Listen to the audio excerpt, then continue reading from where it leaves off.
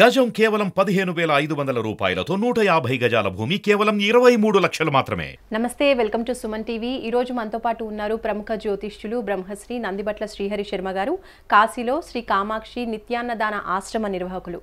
గురుగారితో మాట్లాడతాం. నమస్కారం గురుగారు. వాగర్థావివ సంపృక్తౌ వాగర్థ ప్రతిపత్తయే జగతః పితరౌ వందే పార్వతీ పరమేశ్వరౌ. అన్నపూర్ణే సదాపూర్ణే శంకర ప్రాణవల్లభే జ్ఞానవైరాగ్య సిద్ధ్యర్థం భిక్షాందేహి చ పార్వతి మాతా చ పార్వతీదేవి పితాదేవో మహేశ్వర బాంధవా శివభక్తాశ్చ స్వదేశో భువనత్రయం. సదాశివసమారంభాం శంకరాచార్య మధ్యమాం అస్మదాచార్యపర్యంతం వందే గురుపరంపరాం. ఆదిత్యాయ చ సోమాయ మంగళాయ బుధాయ చ గురుశుక్రశనిభ్యశ్చ రాహవే కేతవే నమః. శృంగేరి జగద్గురు పీఠాధిపతులు శ్రీ శ్రీ శ్రీ భారతీతీర్థ మహాస్వాముల వారికి, శ్రీ శ్రీ శ్రీ విధుశేఖర భారతీతీర్థ మహాస్వాముల వారికి, కంచి కామకోటి పీఠాధిపతులు శ్రీ శ్రీ శ్రీ విజేంద్ర సరస్వతి మహాస్వాముల వారికి ప్రణామములు తెలియజేసుకుంటూ కార్యక్రమాన్ని ప్రారంభిద్దాం. 2024 సంవత్సరం ధనుస్సు రాశి వారికి ఏ విధంగా ఉండబోతుంది గురుగారు జ్యోతిష్యపరంగా? ముందుగా వీక్షించేటువంటి సుమన్ టీవీ ప్రేక్షకులకి ఆంగ్ల నూతన సంవత్సర శుభాకాంక్షలు తెలియజేసుకుంటూ, ఈ 2024 సంవత్సరంలో ధనుస్సు రాశి వారికి ఏ విధమైనటువంటి ఫలితాలు ఉంటాయి, మంచి చెడు ఏ విధంగా ఉంటాయి, అలాగే ఆ యొక్క ఇబ్బందుల నుంచి ఎదుర్కోవడానికి ఎటువంటి పరిహారాలు పాటించాలనే విషయాన్ని క్లుప్తంగా తెలియజేసుకుందాం.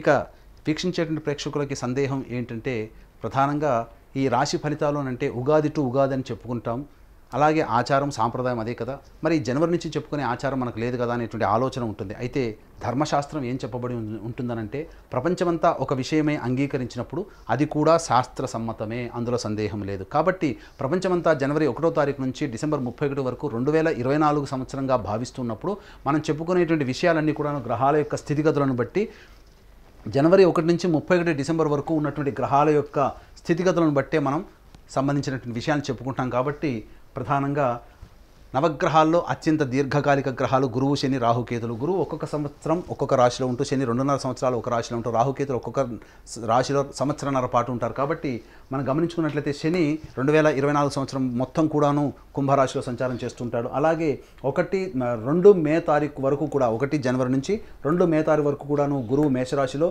తదనంతరం 2 మే నుంచి డిసెంబర్ 31వ తారీఖు వరకు కూడా వృషభ రాశిలో గురు సంచారం జరుగుతూ ఉంటుంది. అలాగే రాహుకేతులు ఈ సంవత్సరం అనగా 2024 సంవత్సరం అంతా కూడాను మీన కన్యా రాశిలో సంచారం జరుగుతున్నటువంటి కారణం చేత ధనుస్సు రాశి వారికి ఈ సంవత్సరం ఏ విధంగా ఉండబోతుంది అనేటువంటి విషయం మనం తెలుసుకున్నట్లయితే, ప్రధానంగా ఈ యొక్క గ్రహాల యొక్క సంచారాన్ని మనం 3 టైమ్ జోన్స్గా మనం లెక్క కట్టుకున్నట్లయితే, 1 జనవరి నుంచి 2 మే వరకు గురువు ఈ మేషరాశిలో సంచారం జరుగుతున్నది. కారణం చేత ధనుస్సు రాశి వారికి గమనించుకున్నట్లయితే, ప్రధానంగా యోగకారకుడు రాశ్యాధిపతి అయినటువంటి గురువు యొక్క మీద శని వీక్షణ ఉన్నటువంటి ఈ కారణం చేత ప్రధానంగా అలసత్వము, బద్ధకం పెరగడం, ప్రతి పని యందు కూడాను అనాసక్తి ఉండడం, ఏ పని చేయాలన్నా కానీ ముందు ఒకరు తోస్తే తప్ప పని పూర్తి చేయలేనటువంటి పరిస్థితి, అందరి సహాయ సహకారాలు ఉంటే తప్ప పని పూర్తి కాలేనటువంటి పరిస్థితి, ఇవన్నీ కూడాను ధనుసు రాశి వారికి ఏర్పడుతుంది. అంతేకాకుండా ప్రధానంగా ఎంత ప్రయత్నం చేసినప్పటికీ కూడాను ప్రతిదీ కూడాను సమస్యాత్మకంగా ఉండేటువంటి అవకాశం ఈ ధనుసు రాశి వారికి మే 2వ తారీఖు వరకు ఉంటుంది. అలాగే గృహానికి సంబంధించినటువంటి సమస్యలు, మానసికంగా సంతృప్తి లేకపోవడము,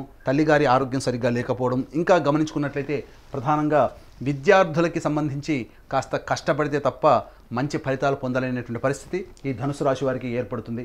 ప్రధానంగా రాష్ట్రాధిపతి మీద శని యొక్క వీక్షణ ఉండడం, ఈ కారణం చేత గురువు బలహీనుడైపోవడం, ఈ కారణం చేత ఆత్మన్యూనత ప్రభావం పెరగడం, సెల్ఫ్ రెస్పెక్ట్ అనేటువంటిది లేకుండా సెల్ఫ్ పిటీతో జీవితాన్ని గడపాల్సినటువంటి పరిస్థితి రావడం, అందరి దగ్గర కూడాను సహాయ సహకారాల కోసం చేయి చాల్చాల్సినటువంటి పరిస్థితి, అందరినీ కూడాను వేడుకోవడం లాంటి పరిస్థితి రావడం అనేటువంటిది ధనుసు రాశి వారికి మే 2 వరకు ఉంటుంది. ఎటువంటి ప్రయత్నం చేసినప్పటికీ కూడాను సజావుగా సాగలేనటువంటి పరిస్థితి, అలాగే సరైనటువంటి ఆహార నియమాలు కూడాను పాటించాల్సినటువంటి పరిస్థితి ఈ యొక్క ధనుసు రాశి వారికి ఉంటుంది. ఇక గమనించుకున్నట్లయితే ప్రధానంగా ఈ యొక్క ధనుస్సు రాశి వారికి సంబంధించి సంతానపరమైనటువంటి ఇబ్బందులు, అనగా సంతానం అభివృద్ధి రాలేకపోతున్నారనేటువంటి చింత, అలాగే సంతానానికి అభివృద్ధికి సంబంధించిన చేయు ప్రయత్నాల్లో ఆటంకాలు రావడం, ఇవన్నీ కూడా ధనుసు రాశి వారికి. అలాగే విద్యార్థులకు సంబంధించినటువంటిది కాస్త కష్టపడితే తప్ప ఈ సంబంధించినటువంటి యోగం అనేటువంటిది విద్యార్థులకు కలగకపోవడం, ఉత్తీర్ణత శాతము ప్రథమ శ్రేణి ఉత్తీర్ణత లభించాలని అంటే ఎక్కువగా కష్టపడాల్సినటువంటి పరిస్థితి, అలాగే విదేశీయానం, విదేశీ విద్యకు సంబంధించిన చేయు ప్రయత్నాలన్నీ కూడా మే 2వ తారీఖు వరకు ఆపుకోవడం చాలా మంచిదనేటువంటి విషయాన్ని గమనించుకోవాలి. మే 2 వరకు కూడాను అనవసరమైనటువంటి ధన వ్యయం అధికంగా ఉంటుంది. చేసే ప్రతి పని ఆటంకాలతో ముగుస్తుంది. అలాగే సరిగ్గా నిద్ర పట్టకపోవడం అనేటువంటిది కూడా మే 2వ తారీఖు వరకు కూడా ఈ ధనుసు రాశి వారు ప్రభావితం అవుతారు. కాబట్టి అన్ని రకాలుగా దైవానుగ్రహంతో ముందడుగు వేసినట్లయితే, ఆత్మవిశ్వాసంతో ముందడుగు వేసినట్లయితే ఈ యొక్క ధనుసు రాశి వారికి మే 2 వరకు కూడాను అనుకూలంగా ఉండదు. ఇక మే 2 తర్వాత ఈ రాశ్యాధిపతి అయినటువంటి గురువు శని యొక్క ప్రభావం నుంచి బయటపడి ఈ యొక్క వృషభ రాశిలోకి సంచారం జరుగుతుండడం, ఈ కారణం చేత ప్రధానంగా మీరు అంతర్గత శత్రువులపైన కావచ్చు, బహిర్గత శత్రువులు కావచ్చు, మిమ్మల్ని ఇబ్బంది పెట్టేటువంటి వారి మీద పైచేయి సాధిస్తారు. తద్వారా మొక్కవోని ధైర్యంతో, ఆత్మవిశ్వాసంతో ముందడుగు వేసినట్లయితే ఖచ్చితంగా గెలుపే మీ యొక్క జీవిత ఆశయంగా ముందుకు నడుస్తారని చెప్పవచ్చు. ఇక ధనుసు రాశి వారికి సంబంధించి చూసుకున్నట్లయితే ప్రధానంగా ఉద్యోగంలో పడేటువంటి ఇబ్బందులు, వ్యాపారంలో పడేటువంటి ఇబ్బందులన్నీ కూడా కొలిక్కి వస్తాయి. ఉద్యోగ ప్రయత్నాలు చేసే వారికి చక్కటి ఉద్యోగం మే 2 తర్వాత లభించేటువంటి అవకాశం ఉంటుంది. మే 2 వరకు కూడాను పడినటువంటి ఇబ్బందుల నుంచి కొంత రిలీఫ్ అనేటువంటిది మే 2వ తారీఖు తర్వాత ఏర్పడుతుంది. అలాగే గృహాలకు సంబంధించినటువంటి చేయ ప్రయత్నాలు, కొనుగోలు, అమ్మకాలకు సంబంధించి కావచ్చు, వాటన్నిటికీ కూడాను మీరు కాస్త లాభసాటిగా ఉంటారని చెప్పవచ్చు. అలాగే వంశపారంపర్యంగా వస్తున్నటువంటి ఆస్తులకు సంబంధించినటువంటి వివాదాలు ఏవైతే ఉంటాయో అవన్నీ కూడాను 2 తర్వాతనే పరిష్కారం అవుతాయి. కోర్టు, న్యాయవాద సంబంధించినటువంటి తీర్పులన్నీ కూడాను మీకు అనుకూలంగా మే 2 తర్వాత వచ్చే అవకాశం ఉంది. కాబట్టి వాటికి సంబంధించినటువంటి కాంప్రమైజేషన్ అనేటువంటిది మే 2 తర్వాత మీరు ప్రయత్నం చేయండి. తప్పకుండా మీకు గ్రహాలు అనుకూలిస్తాయి. అలాగే ఈ ధనుసు రాశిలో జన్మించినటువంటి సినీ రంగంలో ఉన్నటువంటి వారికి ప్రధానంగా కొన్ని ఇబ్బందికర పరిస్థితులు అనేటువంటి నూతన ప్రాజెక్టులు అనేటువంటి ఏవైతే ఉంటాయో మే 2 వరకు కూడా ఆచితూచి స్పందించే నిర్ణయం తీసుకోండి. అలాగే మే 2 తర్వాత వచ్చేటువంటి ప్రాజెక్టుల వలన భవిష్యత్తులో మీకు అంతా కూడా లాభదాయకంగా ఉంటుంది. మీ పేరు వర్ధిల్లుతుంది అని చెప్పడంలో ఏమాత్రం సందేహం లేదు. ఇక ధనుసు రాశి వారికి సంబంధించినటువంటి ఆహార ఉత్పత్తులు కావచ్చు, బంగారు వ్యాపారస్తులు కావచ్చు, కళాశాల యాజమాన్యానికి సంబంధించిన వాళ్ళు కావచ్చు, అలాగే రెస్టారెంట్, బోర్డింగ్ అండ్ లాడ్జింగ్ సంబంధించినటువంటి వ్యాపారంలో ఉన్నటువంటి వారికి మే 2 వరకు కూడా వ్యాపార విస్తరణ అంత మంచిది కాదు. కాబట్టి లాభాల కంటే నష్టాలు ఎక్కువగా ఉండడం అనేటువంటిది మిమ్మల్ని కుంగుబాటు చేసే విధంగా ఉంటుంది. కాబట్టి ఈ సంబంధించినటువంటి వ్యవహారాల్లో, వృత్తుల్లో, వ్యాపారాల్లో ఉన్నటువంటి వాళ్ళు మే 2 తర్వాత మీ ప్రణాళికను కనుక అమలుపరుచుకున్నట్లయితే తప్పకుండా మీరు మంచి లాభాన్ని పొందుతారని చెప్పవచ్చు. అలాగే ఈ సంబంధించినటువంటి ధనుసు రాశి వారికి స్పెక్యులేషన్ రంగంలో ఉన్నటువంటి వారికి నష్టాలు మే 2 వరకు ఉంటాయి. మే 2 తర్వాత అన్ని రకాలుగా ఆనందదాయకంగా ఉండేటువంటి పరిస్థితి. రాజకీయ రంగంలో ఉన్నటువంటి వారికి 21 అక్టోబర్ తర్వాత మంచి ప్రభావితమైనటువంటి జీవితాన్ని పొందుతారు. ఒక మంచి చక్కటి పదవి మీకు లభించేటువంటి అవకాశం ఉంటుంది. ధనుసు రాశి వారికి సంబంధించి చూసుకున్నట్లయితే మీ యొక్క సంతానం అభివృద్ధి బాటలోకి వచ్చి మిమ్మల్ని ఆనందింపచేసేటువంటి క్షణాలు ఎదురు చూస్తున్నట్లయితే మే 21 తర్వాత చక్కటి మంచి వార్త వింటారు. వివాహమై దాంపత్యంలో ఉండి సంతానం కోసం ఎదురు చూసేటువంటి వాళ్ళకి చక్కటి వార్త 21 అక్టోబర్ తర్వాత మీరు పొందుతారని చెప్పవచ్చు. అయితే ధనుసు రాశి వారికి కొంత ప్రధానంగా ఆరోగ్యం పట్ల శ్రద్ధ వహించాల్సినటువంటి పరిస్థితి మే 21 నుంచి ఎదురవుతుంది. కాబట్టి మోకాళ్ళు, కీళ్ళ నొప్పులకు సంబంధించినటువంటి ఇబ్బందులు మే 21 తర్వాత ఎదురయ్యేటువంటి అవకాశం ఉంది. కాబట్టి జాగ్రత్తలు పాటించాల్సినటువంటిది. సీనియర్ సిటిజన్స్ ఏవైతే ఉంటారో వాళ్ళకి సంబంధించినటువంటి అనారోగ్య సమస్యలు తొలగిపోవడానికి మే 2 తర్వాతనే అనుకూలమైనటువంటి వాతావరణం ఉంది. కాబట్టి ఏ తర్వాత చెప్పొచ్చేది ఏంటంటే ఈ ధనుసు రాశిలో జన్మించినటువంటి వారికి మే 2 వరకు కూడాను గడ్డు కాలము. మే 2 తర్వాత కాస్త రిలీఫ్ ఉండి 21 అక్టోబర్ నుంచి డిసెంబర్ 31వ తారీఖు వరకు సంపూర్ణమైనటువంటి యోగ కాలంగా ఉంటుంది. అలాగే మే 2 వరకు కూడాను చేసేటువంటి ప్రతి ప్రయత్నంలో కూడాను అడ్డంకులు ఎదురయ్యేటువంటి అవకాశాలు ఉంటాయి. ఎందుకనంటే చేసేటువంటి ప్రతి దాంట్లో కూడాను 1కి 4 సార్లు చూసి చేసుకోవాల్సినటువంటి పరిస్థితి ఎదురవుతుంది. కాబట్టి పెద్దవాళ్ళ సహాయ సహకారాలతో ఆచితూచి స్పందించినట్లయితే మంచి ఫలితాలు పొందుతారు. అలాగే మే 2 తర్వాత గ్రహాల యొక్క అనుగ్రహం సంపూర్ణంగా ఉండడం, అలాగే సంబంధించినటువంటి కుజుడు కూడా బలవంత గ్రహం అయి ఉండడం, ఈ కారణం చేత అన్ని రకాలుగా నష్టాల నుంచి లాభాల బాటలోకి మీ జీవితం అనుకూలంగా ఉంటుంది. నల్లేరు మీద నడకలాగా మే 2వ తారీఖు తర్వాత మీ జీవితంలో ఉంటుందని చెప్పవచ్చు. అలాగే ప్రధానంగా సంబంధించినటువంటి వాహనంలో మార్పులు కానీ, నూతన గృహ కొనుగోలు కానీ మే 2 తర్వాత నిర్ణయాలు తీసుకుంటే అనుకూలమైనటువంటి స్థితి ఉంటుంది. అయితే ప్రధానంగా మే 2 తర్వాత దంపతుల మధ్య విభేదాలు వచ్చేటువంటి అవకాశం ఉంది. కాబట్టి ఆచితూచి స్పందించండి.